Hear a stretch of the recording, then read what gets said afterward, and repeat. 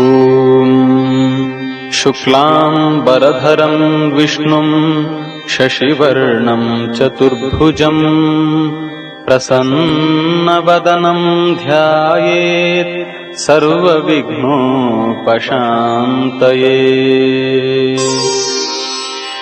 ॐ गणेश्वरो गणक्रीडो गणनाथो गणाधिपः एकदन्तो वक्रतुण्डो गजवक्त्रो महोदरः लम्बोदरो धूम्रवर्णो विकटो विघ्ननाशः सुमुखो दुर्मुखो बुद्धो विघ्नराजो गजाननः